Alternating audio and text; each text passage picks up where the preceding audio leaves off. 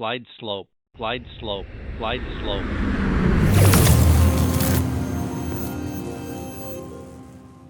Muito boa noite, você, meu amigo, amiga, aviador entusiasta. Você que está nos assistindo aqui, eu sou o Guilherme Cardes e este é o Debriefing 67. Comigo aqui, como sempre, temos Diego Paulino e Adriano Galindo, mas hoje temos o nosso primeiro convidado internacional. É o primeiro fora do MS, o nosso grande amigo, comandante Glauco Barreto. Fala, turma!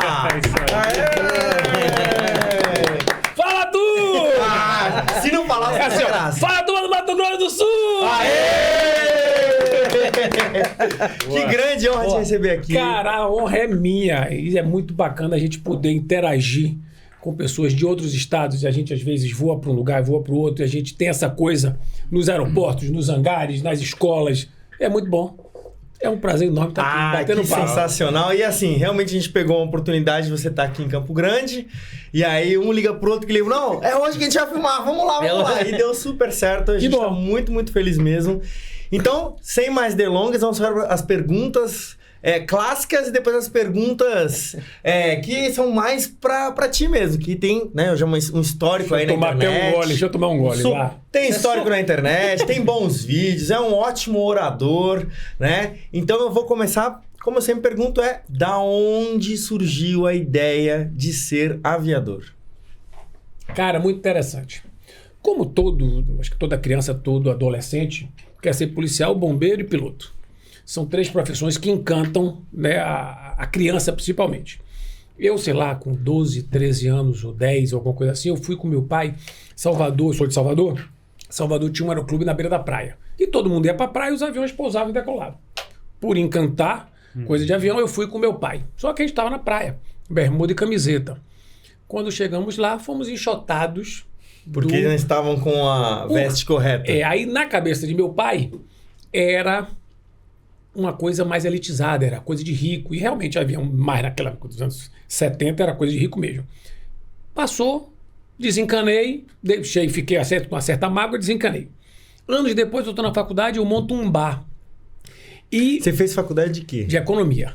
Caramba. Naquela época não existia ciência aeronáutica, era curso PPPC. Agora faz sentido também a matrícula da aeronave que você voa hoje. O cara fez economia, daqui a pouco você vai descobrir. Agora tudo faz sentido. Não é verdade. E aí o que aconteceu? O pessoal da Nordeste, Vale e Rio Sul, se hospedava no hotel quase na frente do meu bar. Então, um hotel onde hospeda tripulante, todo dia tem tripulante. E todo dia tem tripulante que tá na folga na segunda-feira, na folga na terça, na folga na quarta, e eu no bar. Para no bar. E eu comecei a conhecer essas pessoas. E os caras tinham os panos pretos da época da Varig, que sempre teve. Ah, meu Deus! Sempre teve os famosos, mas também tinha a galera gente boa. E a galera gente boa começou a conversar, eu falei, cara, pô, negócio interessante. Pô, você gosta de aviação? É um negócio bacana pra caramba. E aí me levaram em alguns voos, despertou novamente aquela chama. Eu falei, cara, já trabalhava com outras coisas, eu quero ser piloto. Já estava formado em economia? Já. E aí eu trabalhava com bloco de carnaval, outra coisa completamente bem a cara da Bahia. Realmente tá. Bem a cara da Bahia. E aí eu fiz, cara, eu quero ser piloto. Quero ser piloto, eu passei piloto, você precisa disso. As pessoas me ajudaram bastante. Tem Maurício, que foi um cara espetacular, que não era da Varig, era da Baeté na época, mas era amigo de muitos aviadores. E foi o cara que me orientou, instruiu. Exatamente como fazia. Aí eu virei piloto. E quantos anos nessa época aí? 95, eu tinha 24 para 25, tava começando. Tava bem novo. Tava novinho. Você é do começo dos anos 70? Eu nasci em 71. Caramba, já que tenho legal. 52 anos. E aí você foi fazer o PP em Salvador? Fiz o PP em Salvador, chequei direitinho. No mesmo aeroclube que você via? No mesmo aeroclube? O aeroclube mudou de lugar. Mudou de lugar e mudaram as pessoas. E não podia entrar de bermuda. Não podia entrar de bermuda. E aí mudaram as pessoas, mudou de lugar e eu fiz lá. E eu não tinha grana na época para fazer o piloto comercial. E aí eu fui voar para um fazendeiro, um Seneca 2, cara simpaticíssimo, Marivaldo. Ciente da condição de estou juntando horas para PC. Para poder fazer. E na época, muitos empresários que tinham um avião na Bahia, aviões pequenos, Seneca, 180, 172, aqueles aviões né? Monomotor, principalmente, tinha muito. Comecei a fazer hora para poder acumular a hora suficiente para tirar o PC. Aí depois consegui, juntei uma grana, já trabalhava, fui para Piracicaba e terminei fazendo lá meu multi, FR e tudo. E já tendo voado muito multi, já tendo feito voado uns FR, pelo menos olhando assim uns FR, né? Não, em Salvador tinha efetivamente... Fazia NDB ainda? Cara, não, Salvador era VOR. Né? É VOR já? Não era NDB não, acho que era VOR. Porque quando eu comecei e a comanda voar... tudo é que tinha NDB. Eu ainda fiz bastante NDB. Aprendi em Pirassununga, né? Aí quando eu ia voar pro interior, interior de Minas, interior de São Paulo, ali próximo de Pirassununga, ainda tinha bastante NDB. Isso no começo dos anos 2000. Não, na Bahia só tinha Salvador, que era grande, e tinha uma base aérea, inclusive, então por isso já era um aeroporto mais moderno. Robusto. O Seneca 2 era o Seneca 2 equipado. Pô. Então tinha VOR, a gente voava. Glass Cockpit? Não, Glass Cockpit. Não chegava Foi só em 2010 pra lá. Mas a gente voava muito VOR. E aí a gente ia pra fazenda, que era ali no interior da Bahia, então saía, decolava instrumento, pousava instrumento, mas o resto era visual. E ali não tinha pressurização, e ali costurando as nuvens e ter voado bastante o Seneca te ajudou pra fazer o curso de multi, sem dúvida. Ah, sem dúvida. E aí você Facilitou foi fazer... muito. Foi só fazer o cheque do PC e multi Não, FR? ainda fiz um... Porque tem que fazer as horas mínimas, né? Obrigatório. Isso. Aí eu fiz as horas mínimas lá no Aeroclube Piracicaba. O Hangar 5 não tinha, que era a antiga Escola da TAM, não tinha a multi. E aí eu fiz no Aeroclube Piracicaba as horas mínimas para fazer. Fiz o simulador lá, que tinha aquele simulador estático. E aí chequei e fui embora. E quando você chegou, você voltou para trabalhar para esse mesmo fazendeiro? Era um fazendeiro, né? Não, aí eu já não precisava mais, porque eu deixava outro acumular a hora, né? Entendi. Ele sempre fazia isso. Ele sempre ajudava pilotos no início para poder se desenvolverem. Aí eu voltei, fui para um táxi aéreo. Lá dei, e aí voei um tempão. Aí depois parou. O táxi aéreo era do Malote? Foi o do Malote depois. Eu voei antes, sem ser o Malote, um pouquinho só. Aí depois teve a quebra da Varig, da VASP, da Transbrasil. Tudo a aviação teve Bin Laden primeiro em 2001. Então foi aquele caos. Fiquei sem voar quase 3 anos. Não tinha emprego. Você ia voar um Seneca, não, mas fulano da Varig, fulano tá ali, da Brasil. Disponível. E aí, logicamente, as pessoas... Né, tinha uma história na aviação muito mais fácil. Isso foi tudo num período do ano de 2 anos? 4, 5 e 6. 4, 5 e 6. Faliu Varig. Varig, VASP e Transbrasil. E aí um monte de piloto no mercado? Todo mundo. A meninada sofreu demais. Caramba. Os recém-formados sofreram demais. E aí você foi fazer o que nesses 3 anos? Cara, eu fui... Fiz um bocado de coisa. Mas, assim, voltou pro carnaval? Não voltei pro carnaval. Não voltei pro carnaval. Eu, na verdade, montei uma... Lá na Bahia, a gente, não sei se aqui como é que funciona a Ceasa, aqui tem Ceasa, aquela distribuidora que tem frutas e verduras, que compra do produtor. Isso. Eu montei um negócio desse para vender fruta e verdura. Tinha um espaço, comprava do produtor e vendia para supermercado, para restaurante, hotel, hospital, essa coisa toda. Então, economista, empresário, piloto... Mais um empresário... Toca alguma coisa? Não toco nada. Não, é milagre, é milagre. Eu toco tambor. Aí, já é. Não, o cara de Salvador não tem um quê de música. É muito difícil, cara. Verdade. É muito difícil, cara, de Salvador não tem um quê assim de música. Meu pai dizia sempre assim, quando alguém criticava qualquer pessoa, ele falava assim, ó, ele tem outras qualidades. Então, quando o pessoal não toca alguma coisa, eu tenho outras qualidades. Não, mas toca tambor, já tava... É que tem uma brincadeira aqui que a gente entrevista, né, geralmente, pilotos, e quase todos eles... Ah, porque eu era músico. Ah, porque eu toquei na banda tal. Ah, não sei o quê. Falei, gente, eu vou começar a subir uma estatística aqui da relação piloto-musicista. Porque não é possível que quase todo mundo toca alguma coisa. Ixi, eu vou diminuir essa estatística É só você ver, comanda lá. Tem isso aí, a decoração já é. Gente, você também toca? Eu gravo, né? O podcast veio já da herança musical. Esse era estúdio só dele, só pra isso, mas aí o podcast invadiu aqui. A aviação é encantadora. E como é que foi o seu regresso pra aviação depois desses 3 anos de Ceasa? Cara, eu tava indo pra Fórmula 1 com minha esposa.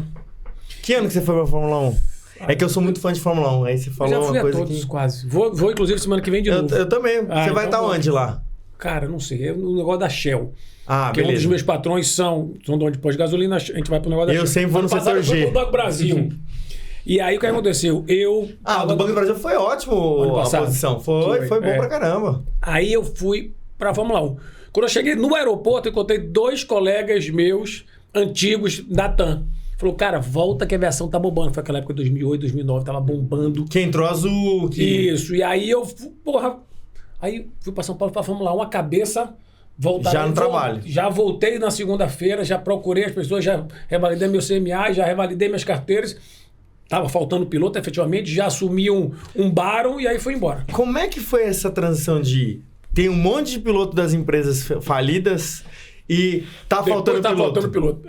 É o ciclo que a gente vive sempre, né? Pandemia aconteceu, muita gente veio de fora do país e agora tá todo mundo voltando de novo. Tá sobrando vaga de novo. E muita gente que veio, principalmente do exterior, veio para a executiva, porque as companhias também estavam sofrendo como as companhias de fora, e aí os caras da Emirates, da Qatar, da Dubai, pô, quero uma vaguinha na executiva, comandante, uma vaguinha na executiva. E aí choveu o piloto para a executiva, mas boa parte tem um perfil, e aí são coisas distintas, né? Sim. Piloto de aviação agrícola, piloto de aviação agrícola, da executiva, linha aérea. E às vezes eles tentam mudar, transitar no outro, mas a grande maioria não se adapta. Como você vê que está o mercado hoje? Na executiva, na linha aérea, que você conhece muita gente, certamente. Não está como teve em 2008, 2009, 2010. Não está faltando piloto. Mas o mercado está super aquecido. Está tendo uma dança das cadeiras muito grande. Se você procurar, por exemplo, hoje, avião para comprar, vai ter dificuldades. Os preços estão mais altos, porque exatamente não tem avião, então está mais caro. Por exemplo, um Phenom 300, Phenom 100, que é o que eu mais convivo. Um Phenom 100 hoje está numa média de 5.100, 5.300 novo. Lançou agora o EX, inclusive. Mas ele compra hoje e recebe quando? 24 meses a 26 meses para receber. Uau. Então o cara que tem um 2018 está vendendo por 4.8, 4.7. Que é quase o preço do novo, mas a entrega é imediata. Exatamente. Então esse ágio, então assim, tá, e tem muita gente, o cara que tinha um Seneca comprou um King, o cara que tinha um King que comprou um Jato. Tá todo mundo subindo de nível. Todo mundo subindo. E aí, logicamente, a pilotada vai mudando de máquina para o patrão que comprou uma máquina nova, mas a máquina velha foi vendida para alguém, ou que não tinha avião, ou que tinha um monomotor, subiu para um bimotor, e aí a dança das cadeiras. Eu não conheço ninguém hoje que é assim, pô, cara, tá muito difícil. Não tá. Na executiva, pra a tua visão, assim, a executiva tá aquecida também, igual tá na linha. Tá. Então, a pilotada pode ter esperança que vai ter uma oportunidade aí surgindo. O que eu digo sempre, você não adianta estar em casa com todas as carteiras na mão e achar que, pô, tá tudo muito difícil. Alguém vai te mandar um WhatsApp, não né? Vai. Não vai. Piloto tem que estar onde piloto está. Tem que estar no podcast, tem que estar no aeroporto, tem que estar na escola, tem que estar no hangar, tem que ser gentil, tem que ser simpático, tem que ser proativo. Não adianta o cara ficar lá com o cara amarrado. Eu vou pro hangar todo dia e não consigo nada. Você vai jogar como? O que é que você faz?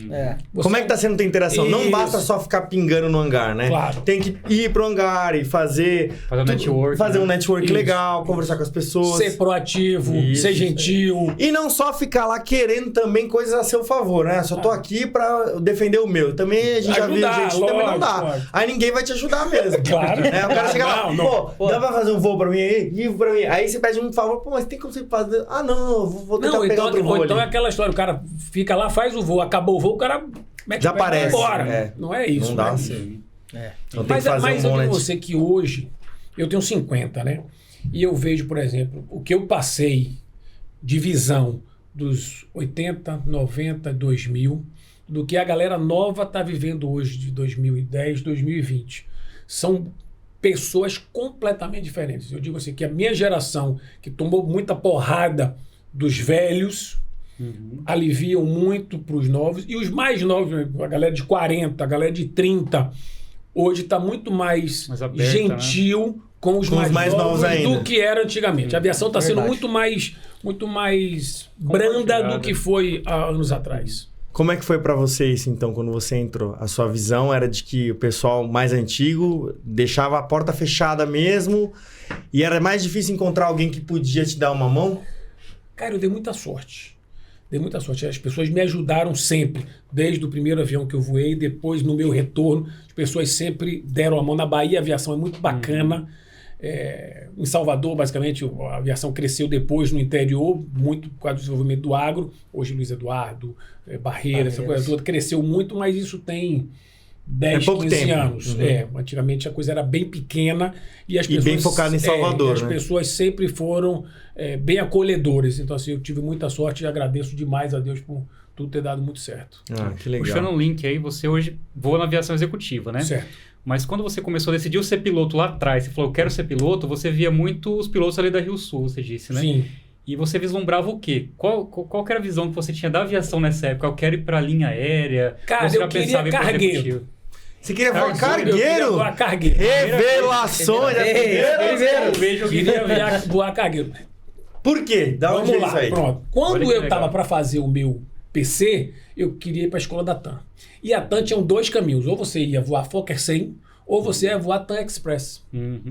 E aí, era, obviamente... Isso lá em Piracicaba, lá a em escola Piracicaba, da a escola TAM. da TAM. Todo mundo desejava o quê? O Fokker 100. Eu falei, não, cara, aqui o caminho é mais tranquilo. E aí você tinha na época beta, você tinha na época total, você tinha uma aviação latente. E eu brinco até com meus filhos, tem coisas no mundo que jamais vão acabar.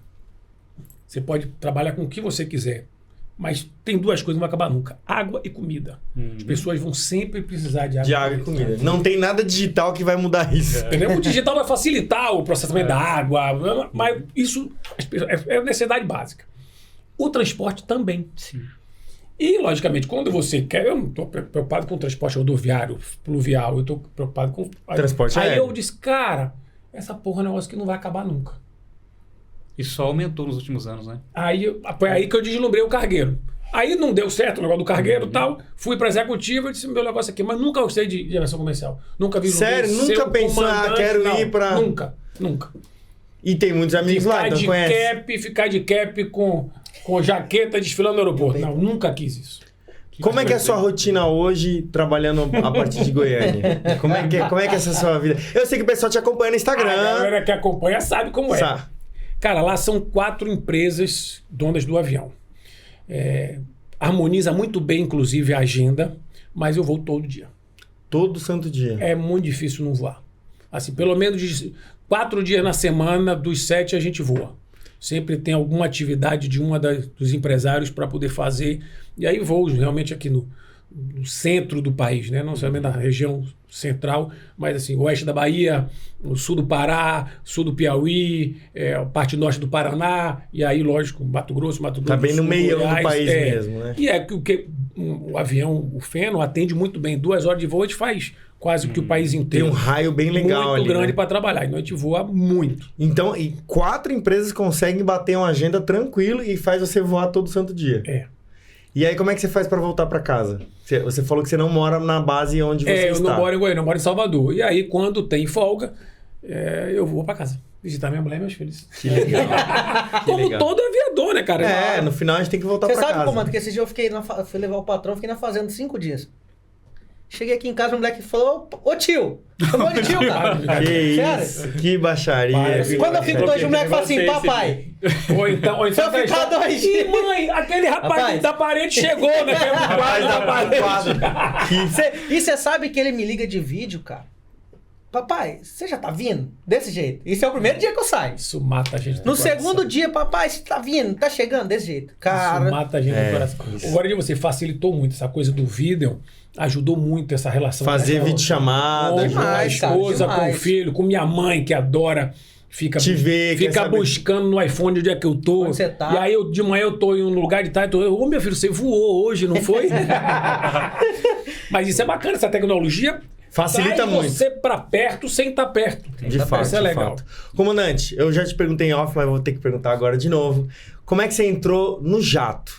Porque para muita gente é um grande objetivo. Eu tenho vários amigos que estão no executivo e falam, meu sonho é chegar no jato. Mas a gente sabe que isso depende de oportunidades, de estar no lugar certo com a pessoa certa. Como é que foi para você isso? Sem sombra de dúvida. Esse é que todo mundo almeja. Eu almejo ir pra NASA. Voar foguete. Se eu pudesse, eu tava lá. Mas né, se o alcançável é o jato e todo mundo quer voar jato, porque é mais cômodo, às vezes é mais bem remunerado e tal e tal. Eu voava malote em Salvador. Quando em final de 2009 para 2010 acabou o malote, virou digital, né? Então o cheque não era mais transportado o papel de banco para a central que E é em acabou o Salvador. malote. E acabou o malote. E aí eu fui demitido do táxi aéreo. Sei lá, não durou uma semana, eu estava num shopping, na praça de alimentação, e chegou um comandante na verdade, 2 comandantes de jatos, um do Feno, que foi o que eu fui voar, e um do Lear. Bateram o olho, já me conhecia há bastante tempo. No shopping? No shopping, almoçando.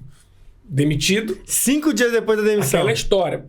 ficando no ambiente onde está piloto. Eu ia para o aeroporto, passava o dia no aeroporto e o shopping era do lado do aeroporto. Eu saí, então fui, sabia que todo mundo ia almoçar todo lá, mundo ou jantar. almoça lá, eu fui almoçar lá.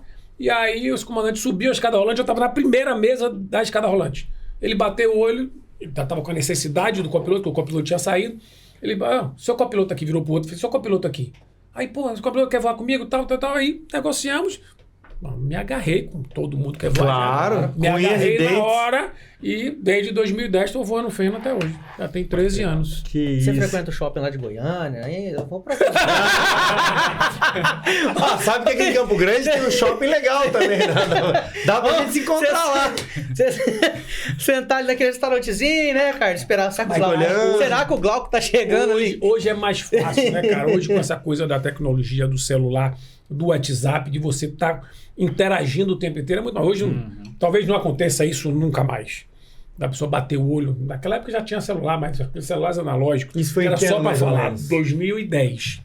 Não, ainda o celular era... Aqueles analógicos. Você mandava Motorola. SMS, mas ninguém usava tanto Não, assim. ninguém, não tinha essa cultura de usar SMS. E Não. quando você ligava pro outro, quem recebia a ligação pagava. Ainda tinha essa coisa. Ninguém usava Se não celular fosse com da mesma bobagem. operadora, Não, tinha que pensar bem se ia receber a ligação e se ia ligar. Quem era que estava ligando e não tinha identificador de chamada, né? Era só um número. Quando aparecia, porque tinha até... Como bloquear? Aparelho, não, tinha aparelho que nem tinha. tinha informação de quem estava ligando. De fato, de fato. É. E aí, você teve uma época na sua vida que você foi levar aviões para os Estados Unidos? Ou trazer aviões dos Estados Unidos? Como é que foi um isso? conjunto de coisas, né? Eu trabalhava numa empresa no Rio, e aí eu saí dessa empresa no Rio e fui voar para um cara, cidadão americano, que morava em Recife. E na época da pandemia, ele precisava ir e voltar, não tinha avião comercial para ir e voltar, ele foi no próprio feno dele. Então a gente saía, fazia Recife, Marabá, Belém, ou Marabá, Boa Vista, porque Boa Vista só funciona a receita no horário comercial. Então, a depender do dia que a gente ia, fazia Boa Vista ou fazia Belém. E aí, Belém, Martinica, Providenciales, Miami. Por que Martinica e Providenciales? Porque não dava para fazer pernas maiores, porque na época era proibido o pouso de aeronave brasileira em muitos dos países do Caribe. Era proibido? Proibido. Por causa da história do Covid. Por causa da pandemia. Covid. Hoje você não faria dessa mesma forma. Hoje dá para esticar um pouquinho mais. Hoje você faz Goiânia, faz Providenciales e faz lá, ou faz São Martin. Então hoje você tem opções para fazer. E a gente fazia muito isso. E voltava. E como eu estava voando para esse cara e tinha entrada e saída fácil dos Estados Unidos por conta do avião, quando tinha necessidade de um translado de um avião, chama Glauco. E aí o Instagram ajudou então você muito. juntou as Juntei coisas. as coisas. E o Instagram também, eu comecei a mostrar para exatamente desmistificar um pouco dessa coisa. Voar no espaço aéreo internacional, ir para os Estados Unidos. Eu fui para Nova York, o pessoal criava um Tertebouro, é um monstro de 7 cabeças que vai engolir o avião quando você chegar. Cara, afinal, você tá num planeta diferente. não é nada disso. Na verdade, não é muito fácil. bem organizado. Eu né? me lembro que quando eu estava em Salvador, eu fui fazer o meu primeiro voo para Congonhas. Naquela época não tinha iPad, era aquelas cartas de... Pegar as caras do DCE ali, ó. E aí abriu tudo, a gente traçando com a régua, 2 horas no dia anterior para fazer o briefing. H1, H2, Isso, né? tal, Eu lembro. as cartas LC. Eu aprendi a voar faz um tempão. O meu era só no papel Isso aí, também. De juntava. Tucano ainda. Eu Tinha tenho que todas as pousar. cartinhas aí. Eu pousei em Salvador assim. A pastinha. Quando eu fui a primeira vez para São Paulo, meu amigo, começava aquela fonia, uma pessoa Recheada. falando, Abre o controle São Paulo passa. eu desesperei, eu fiz, bicho, não dou conta. Não vai dar pra falar Aí aqui. fui para São Paulo 1, 2, 20 vezes. Hoje em dia eu vou para São Paulo pé nas costas. Quando eu fui a primeira vez para Tertebouro, a mesma coisa. Quando eu fui a primeira vez para Miami, já foi complicado. Mas lá tem uma vantagem. Quando o controlador de tráfego aéreo ouve o papatango, paparrombil, papapá, e você manda aquele good morning com a pronúncia... Com um sotaque bem com um sotaque brasileiro. o cara já pega você e já dá a proa do fim do mundo. Pra você não precisar falar mais. Lá foi assim. Nunca ninguém me falou isso. Eu decolei. Papa Tango, ele... Próximo, lá na PQP, vai. 450 milhas. Cara, quando eu decolei de essa é interessante. Tava no Feno 300, a gente decolou de Miami para buscar um cara em Nova York. A primeira vez que eu fui para Tertebouro. Aí decolou de Miami, chama o centro de Miami, o cara aí pro edital. Não lembro qual foi o fixo. Meu irmão. Cara, Não achava. fixo. E como é que você pede pro cara soletrar? Milhões de pessoas falando ao mesmo tempo. Eu meti uma pro assim que eu vi que era pro de Nova York, ali cortando o maio. Uma hora se eu estiver fazendo errado, o cara. Qualquer coisa ele vai tirar aquela chibata. E aí a vantagem é que o painel do Feno você tem o play para repetir a afonia. Isso é uma coisa espetacular. Caraca, que legal. Eu não fazia ideia disso. Eu tirei um rádio para ficar no play. Aí eu não conseguia de jeito nenhum, cara. Aí, sabe aquelas coisas que Deus bota a mão? Eu comecei a passar o plano de voo. Era o primeiro fixo da entrada da terminal de Nova York. O fixo que o cara me deu. E era mais ou menos quase a proa que eu tava. Na distância que tava, dava uma diferença grande. Mas era ali. Ainda tinha tempo pra corrigir, né? Aí foi que eu entendi. Toda vez que eu decolava, que o cara me dava a proa, eu ia no plano de voo, a proa tava lá longe da navegação. Então, nos Estados Unidos tem essa vantagem. Quando você... Agora, se você chega lá com o seu ICAO 5 November Plus e meter um Papa Romeo, não, o cara vai falar igual. Você vai despejar um monte de informação e você vai se arrombar. Se você fala pausadozinho, fala lá com o seu good morning, o cara vai lhe ajudar. E o americano, ele é desse jeito. Que legal. Aí, nessa coisa de ir e vir, trouxe os aviões da Então, como é que você fazia? Qual que era a logística de trazer avião? Porque você estava levando o seu patrão que morava em Recife e um pouco nos Estados Unidos. E aí, nesse tempo que o patrão ficava nos Estados Unidos, você levava o avião para o Brasil e voltava para os Estados Unidos? Isso. Às vezes era. Por exemplo, eu trouxe um avião na véspera do Natal. Aproveitei o Natal. Você quer voltar para o Brasil? Casa? Quero. Pô, tem um avião para levar. Quer levar? E aí... E que avião que você trazia? Era os Phenom? Phenom. Só Phenom. Muito Phenom. Virou a grande marca aí do Glauco. Porque, na verdade, a gente termina ficando preso a um simulador e uma carteira. Então, eu não tenho uma carteira de multi, não tenho uma carteira de mono. Tenho uma carteira do instrumento e do Phenom. Que a gente renova todo ano. Então, só dá para fazer isso. E acaba ficando conhecido na área por esse avião também. Isso, como tem os caras que trazem CJ, os caras trazem King, Air Tractor, sempre tem. Você ainda tem essa oportunidade de trazer aviões? Alguém te procura ainda para fazer isso? Procura, mas eu vou todo dia. Não tenho tempo. Cara... Eu falei pro meu patrão, cara, você consegue me liberar tal dia que tinha um para trazer? Ele falou, cara, vou ver. Aí depois... Você não tem um reserva lá, né? Não, eu vou single pilot. Você voa sozinho? Quando eu voltei dos Estados Unidos e fui para essa entrevista de emprego, o patrão fez assim, cara, a vaga é uma vaga single pilot. Não me venha daqui a 6 meses, um ano, e pedir copiloto. Eu estou há 2 anos e meio e nunca toquei no assunto. O acertado não é caro nem barato. O acertado foi esse. É acertado. E eles usam efetivamente, por usar o avião muito para trabalho, termina sempre indo uma pessoa da empresa no lugar do copiloto. Então acabou usando. Eles usam efetivamente o assento para um passageiro. Então, e a carga de trabalho no Phenom é tranquila? O Glass Cockpit. Agora sim, né? O avião, o Phenom, ele é espetacular. É um avião de projeto de 2008, começou a fabricação em 2007, na verdade. 2009 começou a fabricação, ou seja, é uma tecnologia que já tem bastante tempo. Começou no Garmin 1000, depois passou por 3000. E é um avião muito fácil de voar. Lógico que você vai, as pessoas que nunca fizeram, por exemplo, voo de Garmin e vai para o simulador do Phenom, voar o avião é igual todo avião. Do aerobueiro ao 380, o voar é igual. Tem as particularidades de cada avião. Mas o painel para a operação single pilot é fundamental. Então, se o cara já voou ele facilita para você. Já voou um Cirrus, Garmin 1000, ou já voou um Seneca, ou qualquer outro avião, e entra no Phenom, fica muito mais fácil. Você precisa ter o domínio do painel, porque o painel facilita demais a operação. Por isso que ele é single pilot. Entendi. E aí, quando você foi tirar a sua carteira do Phenom, você foi tirar onde? Lá na CAI, em Guarulhos, a primeira vez. Eu voei 3 anos, quase 4 anos, sem carteira. Que foi nessa oportunidade aí do shopping. Nessa oportunidade do shopping. Fiquei voando, tinha o comandante, que era habilitado. Eu estava ali passeando, digamos assim, de avião, aprendendo. Voei bastante, aprendi bastante e fui promovido a comandante. Aí eu fui pro meu simulador. Eu tive lá na CAI mês passado, eu vi o simulador do Phenom lá. É muito bacana, né? É muito bacana. Você tem vontade de voar algum outro aparelho? Já falou da NASA, mas acho que a NASA não é tangível aqui. Outro dia me fizeram essa mesma pergunta.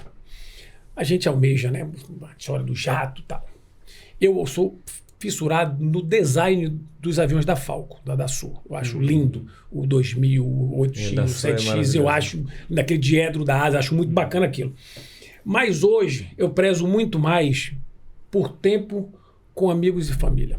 Então, quando você pensa num 8X, quando você pensa no Global, quando você pensa no o cara vai fazer uma viagem muito longa. Vai levar 20 dias fora, 40 dias fora. Aí leva, entendeu? Então, aí você pesa a qualidade de vida. Isso, a qualidade de vida que você tem. O salário é maravilhoso normalmente.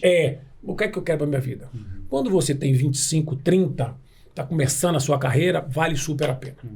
Eu já fui em Nova York, eu já fui voo internacional, já fiquei no Caribe com a Pane lá 4 dias, já vivi o suficiente. A Pane até que nem tão ruim, mas e não é. Não, foi bom porque foi na pandemia, o brasileiro não podia ir para Martinica por causa do Covid, o americano não tinha peça, e aí, graças a Deus, a Embraer conseguiu de forma brilhante, com a oficina que eles têm lá em Le Bourget, mandar o mecânico e a peça de Paris para Martinica, que é território francês. Então deu muita sorte. Nossa, assim, eles mandaram da França para o Caribe.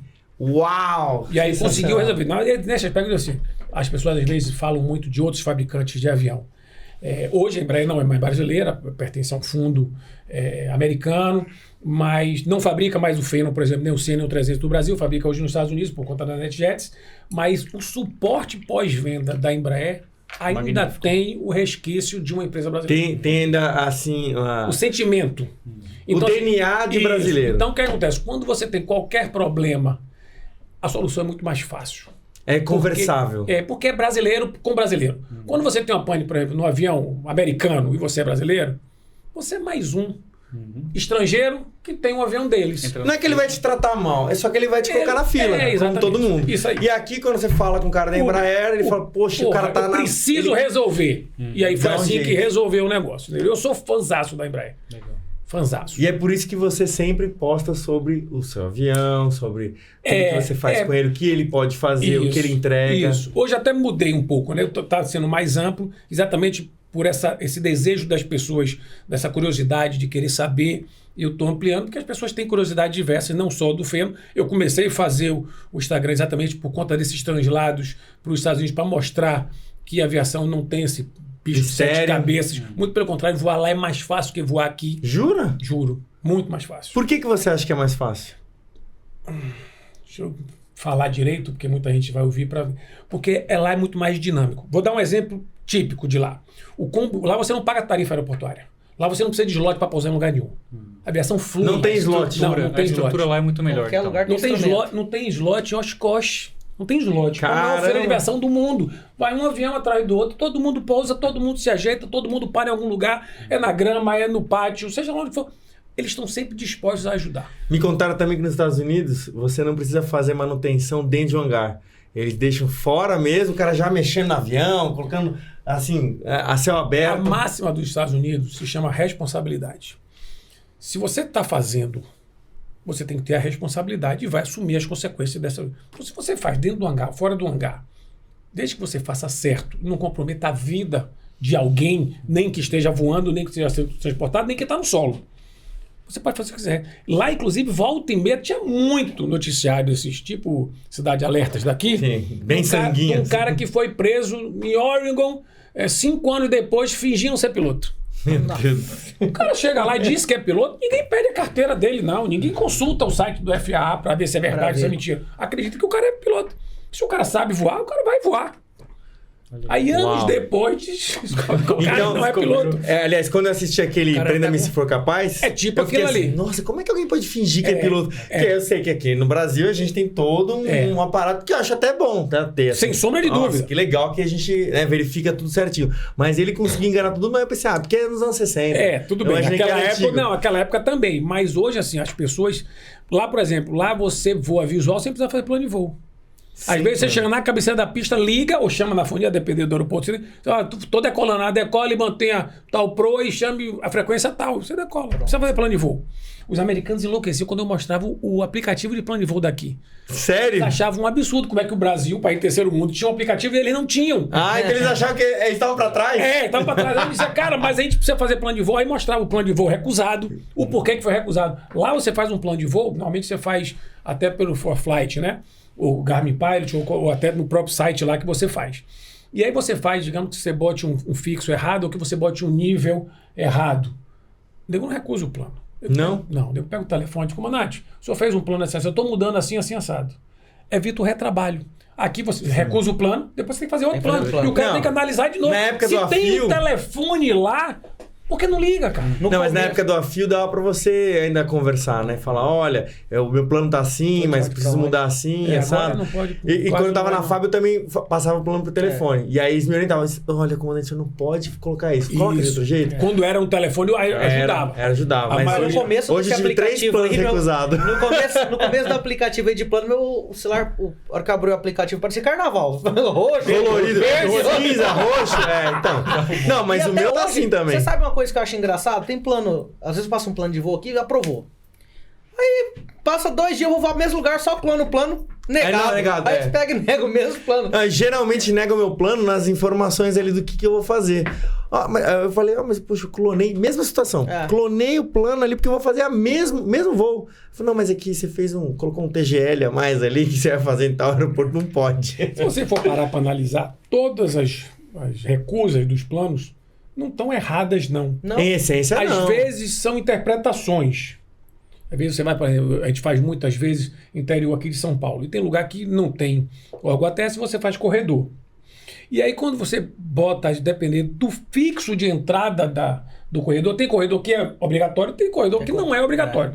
Se você bota a entrada por um que não é obrigatório, mas não bota altitude, ou bota Reamax, o cara não entende que é o Reamax, tem que botar a altitude certa. Aí depende da interpretação também de cada um. Mas eu acho que se o operador que analisa o plano de voo ligasse, eu acho que seria muito mais dinâmico. Eu acredito que tinha que ter, ali no aplicativo mesmo, o link ali, por exemplo, se clica, você fala direto com o cara que pegou teu plano.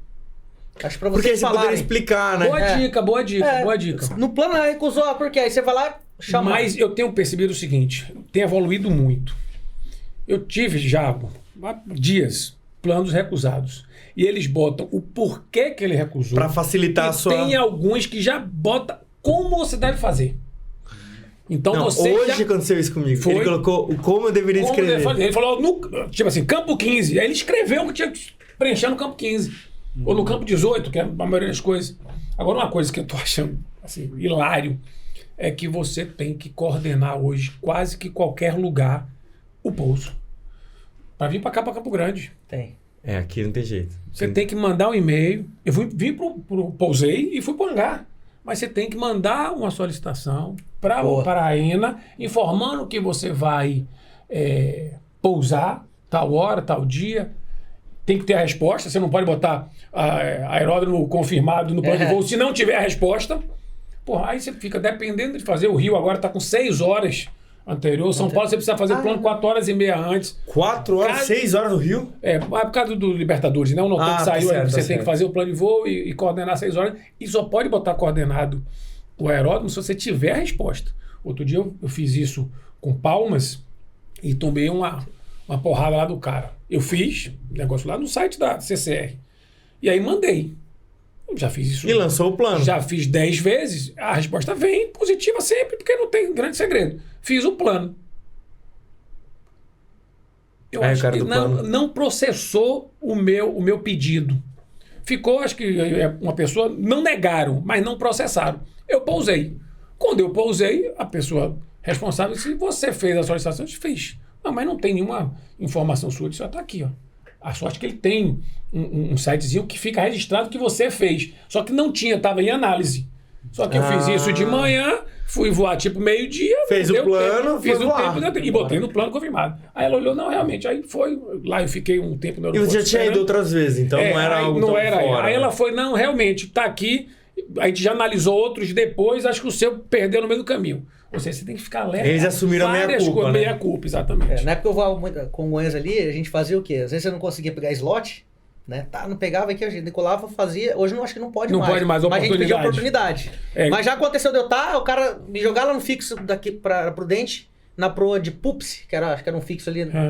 De chegada. Era Campinas no Alfa até a chegada lá. Sabe, Maria? Antiga, né? Antiga, Campinas no Alfa. Chegava em Pups ali, o cara, uma oportunidade e tal. Negativo. Aí nós alternava. A gente alternava Sorocaba. Vocês tentavam pousar em Congonhas ou Guarulhos? Mas aí a gente pediu um slot. Se você operasse na auxiliar tivesse, né, suscetível à espera, qualquer coisa assim, e fosse para hangar, não fosse para o pátio, eles normalmente autorizavam o slot. Hoje não pode colocar mais, né, no meio ali. Hoje já não... Hoje Não dá mais pra hoje tá fazer isso? proibido. Hoje não. Hoje tá Hoje é proibido. só slot alocado. Inclusive, ele comentou aqui que você tem que pedir 4 horas antes. de O plano, autorização, você pega o slot são 5 dias antes, e você tem que passar o plano até... E o slot é 4 desse horas. esquema como você falou, mandar um e-mail... Não, você você tem não- um site no do CGMA, CGMA, você entra Uau. e aloca a sua aeronave. Aí você tem que ter o código de acesso, com senha, login, e você entra, a aeronave do seu Informar login, horário, tudo. relacionado, você entra no horário, no dia que você quer, a pista auxiliar principal. É uma luta, E irmão. nem sempre tem Uau. disponível, cara. É uma luta. Tem cara que vende, Então, né? Os não meus adianta patrões- falar assim, vamos voar amanhã pra Não Congonhas. vai. Não dá. Não vai. Tem que pensar uma semana antes. Eu digo meus patrões lá, para ir para São Paulo você tem que me avisar pelo menos com 6 dias antes, porque 5 dias abre o slot. E tipo assim, eu vou pegar, por exemplo, eu vou para lá quinta-feira que vem. O slot abre de quinta no domingo. Então eles querem pousar lá 3 da tarde. Então 3 da tarde de domingo eu tenho que estar na frente do computador. Porque vai abrir o slot. Vai abrir o slot, eu tenho que clicar. Porque se eu abre não- 5 dias cravados. E não é o horário que você quer, não. Às vezes tem horário disponível deles lá, né? Como você pega... Às vezes tem, mas aí 10, 15 minutos você consegue, dá uma né, mexida. operar no Ah, então voo você e tem que vai. ficar lá igual com olho de gato lá. Ah, uau. E se tiver internet ruim, você se deu mal. Se tiver deu internet, mal. pô, senão... Esquece que até você preenche Preencheu, ali, já foi. Fica um leilão de slot. Já lá. foi. É isso aí, cara. Nossa, eu não fazia ideia. Agora vamos falar da sua outra carreira. A sua outra, que já... Eu sei que já é economista, né? Trabalhou no carnaval, mas a carreira atual paralela de piloto é de influenciador digital. Porque afinal, você tem um Instagram considerável do... Né? Glauco, fala, turma! Fala, turma! Como é que foi essa ascensão aí? Eu acho que você tinha que fazer uma abertura aí primeiro pra gente. Como é que você faz lá? Fala, turma! Sensacional. Cara, eu acho... O Fala Turma surgiu e aí cresceu também um pouco, muito por causa disso. A aviação tem essa coisa mística, né? De que é difícil. Primeiro porque é caro pra cacete. É, cara. Segundo porque tem que estudar pra cacete. E tem a dinâmica de você perder o seu aniversário, perder o aniversário do seu filho, perder o Natal, perder o avião, porque é muito dinâmico e você vive um pouco em função dessa dinâmica. E as pessoas têm sempre curiosidade de entender, como você perguntou, pô, como é que você faz para ir para Salvador na sua folga? Como é que você voa? Então as pessoas têm curiosidade. Decolou, eu falei isso outro dia, quando decola, vai com aquela potência máxima, aí subiu um pouquinho, acabou com o cara, dá aquela reduzida, o passageiro enlouquece. Meu Deus. Eu vou muito de passageiro para minhas folgas. Pô, eu sento lá, boto o fone de ouvido, Já é. pego um livro para ler, daqui a pouco o passageiro do lado aí, eu olho, Deu um susto. não, parece que tem uma barata, Que ele- alguma coisa aconteceu, caiu alguma coisa Que ele no pé. fez a primeira redução Aí na o cara subida. toma aquele susto, aí eu olho assim, aí tem os passageiros e falam assim, tem alguma coisa errada. Aí eu Motor parou, aí eu motor já parou. comecei a entender. Então eu fiz o Instagram para exatamente mostrar um pouco do meu dia a dia. Meus amigos são assim, minha família é assim, curiosas por coisas. Eu não gosto de dizer que sou piloto em lugar nenhum. Você vai, por exemplo, no aniversário de um coleguinha da escola do filho.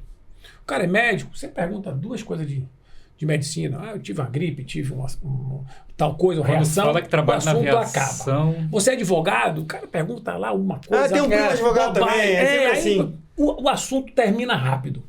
Se você falar que é piloto, meu irmão, não acaba nunca o assunto.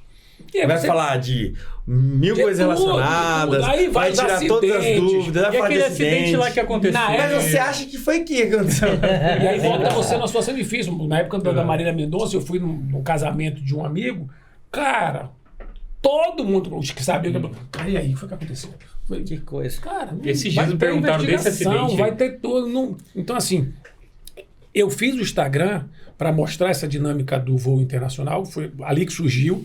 E depois as pessoas vão mandando inputs dentro do Que próprio meio que Instagram. alimenta o seu... Alimenta as perguntas. Foi por isso que deixei de falar só de Feno para falar de aviação do modo geral, para poder interagir com as pessoas e mostrar que a aviação não é esse bicho de sete cabeças, que é coisa muito fácil, que no Brasil é uma das aviações mais seguras do mundo. As pessoas acham que tem esse sentimento que tudo no Brasil não presta, mas tem Não, muita ao contrário, coisa né? no Brasil que é muito melhor do que muitos lugares.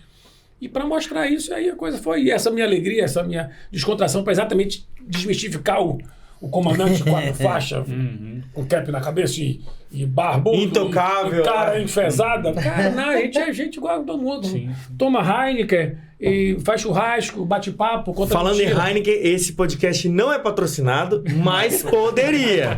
Tá? Viu, Heineken? Poderia ser patrocinado. Pode Heineken é continuar. zero. Só pode Zero. Heineken é Heineken é zero. Então, a ideia é desmistificar, é tirar o pano preto e mostrar como é que é. Tanto para os curiosos como para a galera que está começando. Que tem muita dificuldade. Aqui no Mato Grosso do Sul deve passar mais do que o cara, por exemplo, de São Paulo, onde as coisas estão muito mais fáceis. Sim, mais Lá próximas. no Piauí o cara sofre mais. Então, assim, hoje a internet facilitou o conhecimento. Então, você quer buscar uma coisa, você vai ali no YouTube, vai ali em qualquer coisa, vê o podcast, vai entendendo como a coisa funciona. Então, é um pouquinho para poder mostrar. E quando pra você todo mundo. começou o canal, você tinha ideia de que ia crescer tanto assim? Não. Ter essa interação com o público? Que ia ter esse Na retorno? verdade, quando eu comecei, era falando do Feno, porque as pessoas tinham curiosidade, encontravam no aeroporto, Do avião perguntavam e assim, tal. cara, olha esse Instagram aí. Tanto que o nome do Instagram era Feno, _C_300. Que era direcionado, se o cara botasse na pesquisa Feno, já ia direto Ele ia lá. achar teu Instagram. E aí, se você for ver, tem lá o lançamento do Feno, toda a história que foi acontecendo do Feno 100, do Feno 300, comparativo com outros fabricantes, e era basicamente para isso. E aí depois, assim, fala, turma, bom dia, e as pessoas começaram a ver. Aí eu, pô, comando, você não voou hoje, não? Eu voei. Pô, então mostra aí. Você foi para onde? Fez o quê? Começou a O pessoal até começa a te cobrar pra fazer mais. Então, assim, eles são os responsáveis pela gestão de conteúdo. Você só vai lá e executa. É isso aí. Que legal, que legal. E você tá gostando dessa sua fase nova de influenciador digital? Cara, é meio que escravizante, né? Se eu posso usar Que essa você palavra. é obrigado, Você fica obrigado a fazer. a publicar E é lógico, tudo. o meu negócio não é esse, o meu negócio é voar. Só que é bacana mostrar. Sim. As pessoas querem ver, igual o Madeirite falava lá, eu sou amigo, eu sou pobre, mas sou amigo do rico. O rico quer mostrar, eu quero ver, eu quero, né? Você não precisa ser rico, você tem que ter um amigo Isso, rico. um amigo rico. Então, assim, se você consegue fazer isso, e logicamente a minha prioridade, por exemplo, amanhã eu vou fazer o nosso interessante, eu vou decolar de manhã, Aqui de Campo Grande. aqui de Campo Grande, vou pra Goiânia. Vou deixar o patrão lá em Goiânia e vou sair de folga. Aí eu vou pegar um comercial, eu vou pro Rio, que eu vou correr, eu gosto de corrida de aventura, eu vou correr uma corrida lá em Búzios. Que legal. Aí eu vou mostrar, da outra vez que eu fiz a Maratona do Rio, eu fiz isso também. Eu mostrei a minha saída do avião, a transformação e depois a corrida. E foi até legal, porque um dos meus patrões correu a corrida também, foi muito Pô, bacana. que legal. Então, mostrar essa dinâmica que o piloto também tem vida Sim, tem o dia a dia dele. bacana, ou não, depende, né? Tem situações, mas mostrar um pouquinho como é que a coisa acontece. Você vai mostrar na Fórmula 1 semana que vem? Eu mostrei no passado, Mostrou? mostrei. É que assim, a gente infelizmente não vai se encontrar porque eu vou estar lá no setor G, né, da Fórmula 1. Setor G é aquele Eu que não fortalece sei. a amizade. Não. Você toma um solzinho uns Sol. 3 E dias ainda tem um seguidos. detalhe, eu vou, mas num esquema muito cruel. Porque ano passado, o patrão foi e voltou 10 horas da noite. Hoje ele quer voltar 17h50, que é o slot que ele quer. Então ele vai no esquema da Shell, taranã. Acabou e sai correndo. Eu não sei nem se eu vou. Eu tô É, fazendo de conta fato. porque... A corrida é 2 da tarde? 1 da tarde, né? Mudou pra 2? Era 1. É, uma. Então acontece, tem que ir, sair do hotel, deixar tudo no aeroporto, o cabide lá com o uniforme, corre pra Fórmula 1. No passado eu fazia assim, corri pra Fórmula 1. Quando acabou a última volta, eu saio que nem um doido, aproveito minha coisa de corrida, desço correndo, que nem um louco pra pegar Aproveitou o shake pegar aí o pra... primeiro metrô pra ir embora. É, mandou E aí bem. pega o metrô, solta na estação mais perto de Congonhas, Jabaquara, chegando na estação, não, São porque Judas. é o trem, né? Então você vai soltar na é verdade, trem, Vai no trem. E aí quando o trem tá pra chegar na estação, eu já barco ali, já pego um Uber, aí saindo da estação, pegando o Uber, indo para o aeroporto, que o chefe vai sair com o esquema lá do ônibus, da companhia e tal. Mas a aeronave tem que estar pronta Mas a pra aeronave chegar. tem que estar pronta. Ah, lógico. Então assim, esse ano é um esqueminha um pouquinho diferente. Ano passado foi pelo... Vai falar do Banco Brasil, esse ano vai ser pela Shell, falar, então não tem problema a não. coisa muda. Eu não sei exatamente como é que vai ser.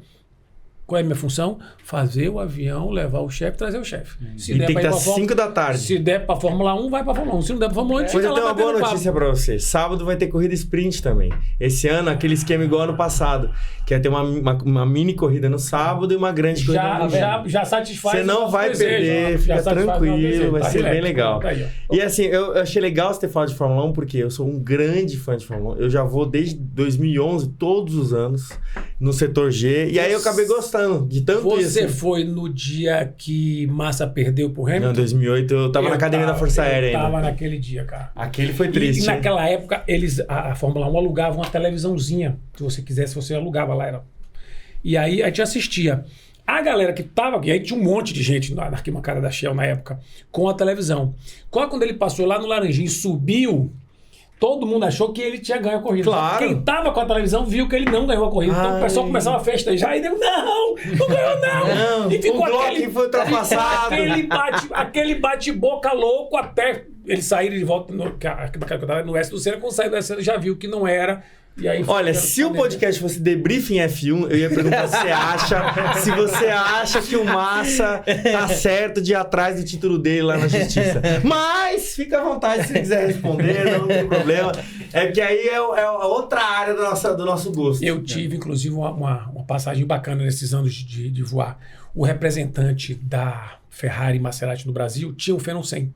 Que legal. E eu voei com o Alonso e com o Massa uns 5 voos aqui no Brasil. Eles fizeram umas campanhas da Ferrari, Sim. umas coisas beneficentes lá no Sul, e eu transportei. Pense em 2 caras espetaculares. Sério, o Alonso e o Massa? O Alonso mais ainda, inclusive. Desculpe, Massa, mas o Alonso muito mais. Muito mais. Caramba, Cara, espetacular. surpreendente. É, muito bacana. Olha, fiquei feliz. Quando Agora você voa, realmente- como você é fã e voa com um cara e vê que o cara é tudo aquilo que você gostaria, porque tem muita artista, muita gente que é, né, difícil.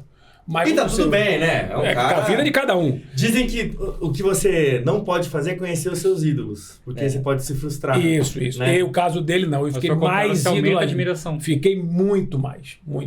Legal. Não, e esse ano eu torci muito pro Alonso, que começo do ano ele tava chegando sempre segundo, terceiro. Segundo eu falei, ele vai ganhar esse ano ainda alguma coisa. Ô, comando, pra dar uma descontraída aí, eu gostaria, eu só ouvi um pouquinho você me falar um negócio, ó, meio-dia. Só pra... Porque, rapaz... Ele gostou tanto, Ele gostou do meu fala turma e E ficou... ele fala, a turma tá igual a comparando o Madeirite. Como é que ele fala? Como é que é? Pode olhar aí, meio-dia. Ele ia conseguir. Ele ficou olhando pro relógio antes de acabar, eu pergunto. Como fã de aviação, porque todos nós somos, fã de Fórmula 1 e seu fã, eu tô muito Verdade. honrado com a nossa conversa de hoje. Eu de lhe agradeço. verdade. Eu que O agradeço. podcast muito poderia feliz. durar 3, 4 horas. Então, assim, tranquilo. eu vim ao Mato Grosso do Sul e não vim aqui quando... A história do voo foi interessante. Ontem eu ia pro Rio hoje. Ontem o chefe disse, nós vamos ao Rio. Quando chegou de manhã, ele falou, comandante, a gente vai para Campo Grande. Olha aí.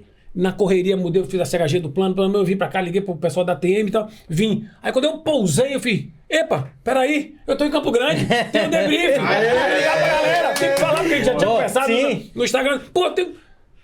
Ah, deu tudo certo. Não, Tamo aqui, e eu mano. falei com ele, falei, Carlos, e aí, você pode hoje e tal? Adriano, você pode? Pô, cara, eu não vou conseguir, cara, faz uma força aí, pode vir mais tarde. A Ele falou gente, assim, a gente tem um dia específico. Sim. E aí, hoje não é esse dia, mas falou, cara, E nem essa hora. é internacional, cara. E você tem que falar com ele. É hoje, cara. É hoje. estrangeiro. Cara, É estrangeiro, tem que falar hoje. Assim, eu tô muito honrado. Ó, eu de tô te receber. honrado, bicho. Olha aí. O negócio Não. aqui é quente demais, irmão. A esposa do Diego é o elemento número 4 aqui do Debrief Ela 67. fica ali atrás das câmeras. Ela fica ali, E ó. ela promove essas Exato. guloseimas maravilhosas. Se promove todo podcast isso. fosse assim, meu irmão, Aí. Maria, bom Ave demais. Maria.